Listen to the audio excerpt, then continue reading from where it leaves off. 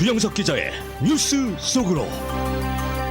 뉴스 속으로는 예방과 치료 의학도 최고, 리퍼도 최고, 시니어 어르신들에게 서울 메디칼 그룹이 최고, 서울 메디칼 그룹 제공입니다. 최근 월스트리트에서는 인플레이션이 정점을 찍었다라는 분석이 나오고 있습니다. 연준이 중시하는 물가지표 상승세가 둔화된 것으로 나타나고 있기 때문인데 연준의 긴축 기조가 더 강화되지는 않을 것이다라는 낙관적인 예측이 나오면서 뉴욕 증시는 지난주 거의 2달 만에 주간 기준으로 반등에 성공했습니다. 또 최근 미국에서는 전국적으로 잇따라 총기 난사가 계속해서 이어지고 있지만 총기 규제는 요원한 상황인데 미국 정계 구조적인 때문이라는 지적이 나오고 있습니다. 주영석 기자. 안녕하십니까. 끝없이 오르기만 했던 인플레이션이 최근 들어서 조금 꺾인 듯한 그런 모습을 보이는 것 같습니다. 참 반가운 것 같습니다. 연방상무부가 지난주에 메모리얼 홀리데이 위크엔드가 시작되기 직전에 발표했던 4월 개인 소비 지출 PCE 발표를 보면 지난해 같은 기간보다 6.3%가 상승했습니다. 그 3월에는 6.6%였고요. 그래서 40년 만에 최대 상승한 수치를 기록했는데 그때보다 한 달 지나서 0.3% 상승폭이 내려간 겁니다. 그러니까 네. 상승은 했지만 상승폭이 좀 둔화됐다는 거고요. 3월에 40년 만에 최고치를 찍었고 그 다음 달 4월에 상승폭이 둔화됐다는 점에서 이제 정점을 찍고 내려가는 것 아니냐, 이제 이런 분석이 나오고 있습니다. 물론 이제 6월 오늘이 1일이니까 5월 수치가 이제 발표가 되면 좀 더 정확해지겠지만 아무튼 전문가들은 월가에서는 3월이 정점이었다 이렇게 지금 보고 있는 것 같습니다. 전년 동월 대비 개인 소비 지출 상승폭 둔화는 2020년 11월 이후 1년 6개월 만에 처음입니다. 그러니까 계속 상승폭이 올라갔는데요. 지난 3월 이후에 4월에 들어서 처음으로 이제 상승폭이 둔화된 거예요. 그게 1년 6개월 만에 처음이었습니다. 여기에 그 연준이 가장 중시하는 근원 개인 소비 지출 물가도 역시 한풀 꺾였습니다. 4월 근원 개인 소비 지출 물가가 지난해 동월보다 4.9% 상승한 것으로 나타나서 3월 5.2%, 2월 5.3%, 5.3이었다가 5.2였다가 그다음 4.9. 그러니까 계속 좀 내려가고 있거든요.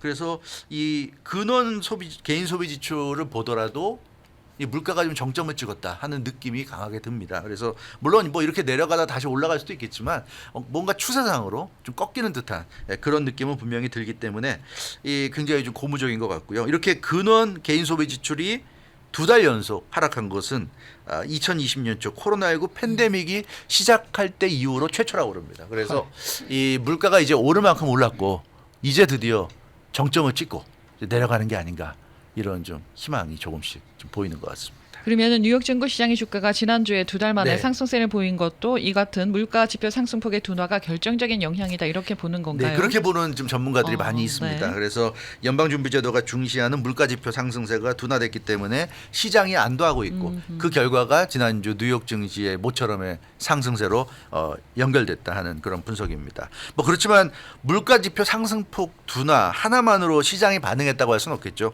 그게 중요한 역할한 건 사실이지만 그 물가지표 상승폭 둔화 외에 중요한 포인트가 하나 더 있는데요. 그 다른 하나는 바로 개인 소비 지출이 계속 증가세를 보인 겁니다. 그러니까 이 물가를 잡기 위해서는 금리를 올리고 긴축에 들어가는데 금리를 올리고 긴축에 들어가면 반드시 따라오게 되는 것이 이제 경기가 침체가 되는 거죠. 불경기. 왜냐하면 사람들이 지갑을 닫아버리기 때문에 그렇게 되면, 그래서 돈을 안 쓰기 때문에 물가를 내리는 과정에선 반드시 경기 침체라는 그런 좀 우리의 그 어려움을 겪어야 되는데 이 개인 소비 지출이 계속 증가세를 보였단 말이에요. 이건 굉장히 좋은 신호다. 즉 이렇게 물가가 내려가는 와중에도 개인이 소비하는 거는 꾸준히 지금 계속 이어지고 있다는 겁니다. 그래서 그렇다면 소비가 이어진다는 것은 경기 침체로 가지 않을 수도 있는 그런 희망을 보여주는 거기 때문에 굉장히 지금 중요한 것으로 좀 분석이 되고 있는데요. 4월 개인 소비 지출이 그 전달인 3월보다 0.9%가 더 늘어났습니다. 그래서 이렇게 물가가 정점을 찍고 내려가는 것 같은 이런 와중에도 개인 소비 지출은 올랐고요. 3월 개인 소비 지출도 당초에 1.1%가 오른 것으로 발표됐는데 수정치에서 1.4%로 더 상향 조정됐어요. 그러니까 개인 소비 지출은 꾸준히 지금 계속되고 있다. 이런 점에서 소비가 대단히 견조했다는 거. 그것이 또 이 뉴욕 증시가 상승하는 큰 또 역할을 한 것으로 보여집니다. 그러니까 물가가 내려가는 건 아니고 상승폭이 둔화된다는 얘기 아니겠습니까? 그렇죠? 그게 결국 뭐 내려가는 거죠. 그러니까 우리가 상상했던 것보다 그렇게 만큼 올라가지는 않으니까 네. 다행이다라는 얘기가 되겠는데 어쨌든 그래도 말입니다. 이 개인 소비 지출이 계속 늘어났으니까 이게 시장에는 굉장히 큰 호재로 받아들여진 것 같아요. 그렇죠. 물가지표 상승폭의 둔화는 그동안 고공행진 중이던 인플레이션이 정점을 찍었다는 얘기고요. 그러니까 뭐 단숨에 지금 말씀하신 대로 물가가 상승폭이 둔화되는 정도가 아니라 아예 떨어지면 그럼 더 좋겠죠. 더 좋죠. 바랄 나위가 없는데 아. 지금 8% 이상 막 고공행진 중이던 게 하루아침에 막 꺾일 수는 없는 거고요. 일단 상승폭이 둔화되는 게 우선적으로 나타나야 되고 그 상승폭 둔화가 이제 점점 가팔라지면 그게 이제 곧 완전히 꺾이는 그런 상황이 될 거라고 좀 기대를 하고 있습니다. 어찌됐건 미국 경제에서 가장 우려되는 사안이라고 할 수 있는 물가가 이제 하향세를 타는 것 같은 이런 지금 이 모습이어서 이만큼 좋은 뉴스가 없다 하는 그런 지금 분석이 나오고 있고요. 시장에서는 이제 물가지표 상승폭 둔화 못지않게 이제 개인 소비 지출 증가세에 주목하고 있는데 이 말씀드린 대로 경제 주체인 개인이 소비를 멈추지 않고 있다. 이거 굉장히 아주 중요한 문제가 되겠습니다. 개인이 지속적으로 소비를 하는 한 경기 침체는 오지 않는다.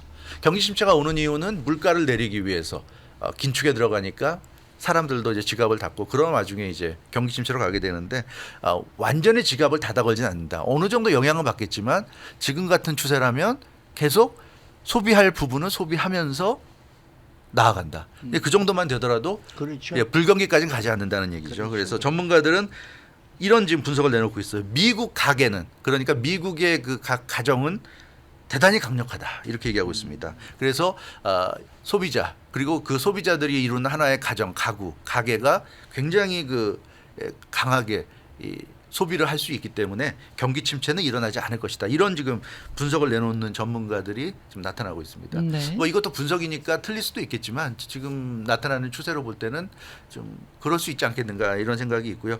연방준비제도가 지금 물가를 잡기 위해서 증시가 다소 상처를 받더라도 금리 인상을 지속한다는 입장을 밝혔고 조 바이든 대통령도 그런 정책에 지지한다고 그랬습니다. 그래서 그 얘기는 일부 경기 침체가 일어난다 하더라도 불경기가 온다 하더라도 감소해야 된다. 그 감소해야 빨리 물가를 끌어내릴 수 있고 일단 물가가 끌어내려지면 그 다음엔 금방 또 좋아질 거다. 이게 이제 연준이 생각하는 건데요. 그런 면에서 경기 침체를 우려하는 목소리가 사실 그동안 컸는데 이 정도만 된다 그래도 그렇게 걱정했던 경기 침체가 오지 않고 경기 침체 오기 전에 물가가 떨어지면서 우리가 좀 스무스하게 연착륙할 수 있지 않은가 이런 좀 기대가 나오고 있는 것 같습니다. 네. 하지만 또 반대 의견도 있어요. 네. 너무 지나치게 낙관론 갖지 말아라. 이건 경계해야 된다. 이런 네. 지적도 있거든요. 그렇죠. 당연합니다. 네. 어차피 미래의 일이니까 네. 우리가 정확히 100% 장담할 수는 없고요.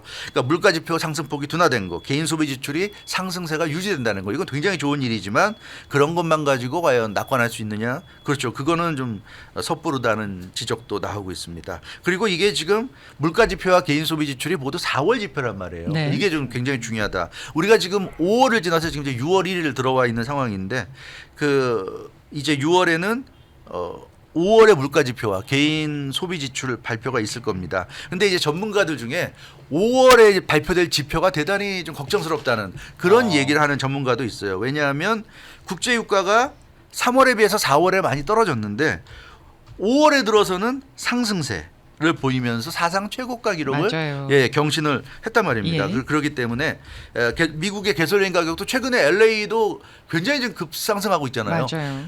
LA 일부 아주 부유층이 사는 지역은 지금 갤런당 $8까지 올라갔다고 그래요. 지금 $8까지 올라갔다고 그러는데 이거 지금 굉장히 큰일입니다. 그래서 개솔린 가격도 전국 평균이 $4를 넘어서고 있는 그런 상황. 그래서 어쩌면 4월까지 좀 내려가는 기세였는데 이달에 발표될 5월 수치에서는 다시 또 올라갈 수도 있다. 그러니까 우리가 너무 낙관만 해서는 안 된다 하는 경계의 목소리도 나오고 있습니다. 네. 근데 외부 변수와 관련된 사안들이 좀처럼 개선될 기미를 보이지 않고 있는 것 그렇죠. 같아요. 외부 변수는 사실 어떻게 미국만의 힘으로 풀 수 있는 게 아니죠. 지금 우크라이나 전쟁이 언제 끝날지 모르는 그런 상황이 계속되고 있고요. 네. 중국의 상하이 봉쇄 일단은 가장 안 좋았을 때 비하면 많이 풀리긴 했지만 그 상하의 봉쇄 여파가 지금까지 이어지고 있고요. 여기에 뭐 세계적인 에너지 부족 현상, 대러시아 제재 때문에 에너지 부족 현상이 되고 있고 곡물 가격도 마찬가지입니다. 러시아와 우크라이나가 전쟁 중이다 보니까 세계적인 곡물 생산 국가들이 곡물을 지금 수출을 못하면서 곡물 가격이 인상이 되고 있고 이런 부분은 사실 우크라이나 전쟁이 끝나야만 해결될 수 있는 문제란 말이에요. 우크라이나 전쟁이 끝나고 또 대러시아 제재가 풀려야 됩니다. 근데 전쟁 끝나도 대러시아 제재가 바로 풀릴지는 알 수 없는 부분이기 때문에 대러시아 제재가 계속 간다 그러면 굉장히 오랜 기간 우리가 고통을 받을 수밖에 없다.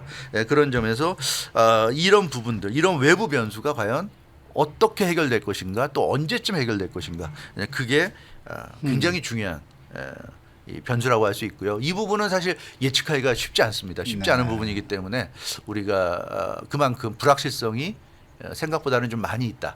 그런 점은 염두에 두셔야 될 것 같습니다. 네.